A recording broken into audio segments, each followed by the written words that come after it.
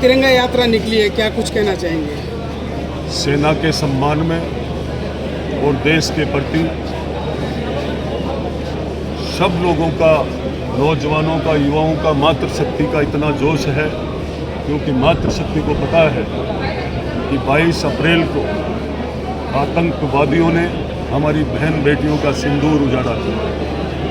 उसका बदला लेने के लिए देश के लोकप्रिय प्रधानमंत्री जी ने सैन्य कार्रवाई करवा करके और पाकिस्तान की सीमा से अंदर घुस करके आतंकवादियों के आतंकी ठिकानों को ध्वस्त करके कई आतंकवादियों को मार गिराया।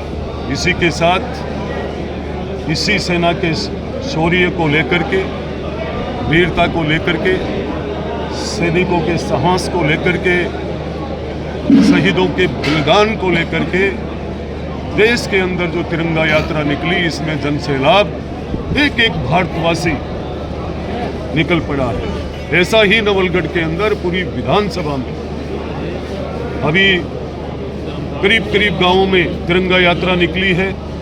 आगे के भी टाइम तय किए गए हैं और आज ऐतिहासिक तिरंगा यात्रा के अंदर पधारे हुए सभी पूर्व सैनिक, वर्तमान सैनिक, यहाँ के सारे नौजवान, मातृशक्ति, बड़े बुजुर्ग और पूरे नवलगढ़ नगर के सभी लोगों का इतना बड़ा ऐसा आशीर्वाद रहा, क्योंकि उन्हें पता है अलग अलग समुदाय के, अलग अलग धर्म के लोग हैं, लेकिन वो तिरंगा के मान सम्मान के लिए एकजुट है भारत के लिए।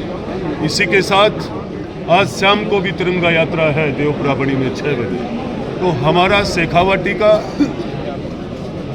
शौर्य और बलिदान जो सैनिकों का है, हर घर में सैनिक है और हमारे क्षेत्र में किसी भी रोड पे, रास्ते पे आप जाओगे तो सीमा पर देश की रक्षा के लिए जिन सैनिकों ने अपनी शहादत दी है, उनकी लगी हुई ही प्रतिमाएं इन नौजवानों को प्रेरित करती है देश के लिए, देश की भावनाओं के लिए। इसलिए हमारे यहाँ शानदार तिरंगा यात्रा निकली है।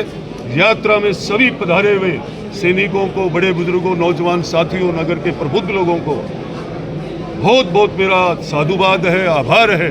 इस तरीके से हम देश, सेना का सम्मान करना और सेना के पीछे खड़ा रहना, इसका मतलब देश का सम्मान हो रहा है ये। इसलिए हम सबको एकजुट रहते हुए हमारे दिल में भाव होना चाहिए देश का, राष्ट्र का। पहले राष्ट्र है, बाद में सब कुछ है। तिरंगा यात्रा को नवलगढ़ विधानसभा में एक उत्सव की तरह सेलिब्रेट किया जा रहा है। ये इन सब का प्रेम है, एक एक नौजवान के। मैंने बताया ना, हर घर में 4-4 नौकरियां हैं, चाहे वो सेना में हो, चाहे राज्य सरकार की नौकरी में हो, चाहे केंद्र सरकार की नौकरी में हो। उन शिक्षक परिवारों को और जिन लोगों के आज पीढ़ियों से कई युद्धों में हमारे क्षेत्र के लोग सैनिक रहे हैं, तो हर परिवार को पता है सेना का मान सम्मान करने के लिए हमें जाना है।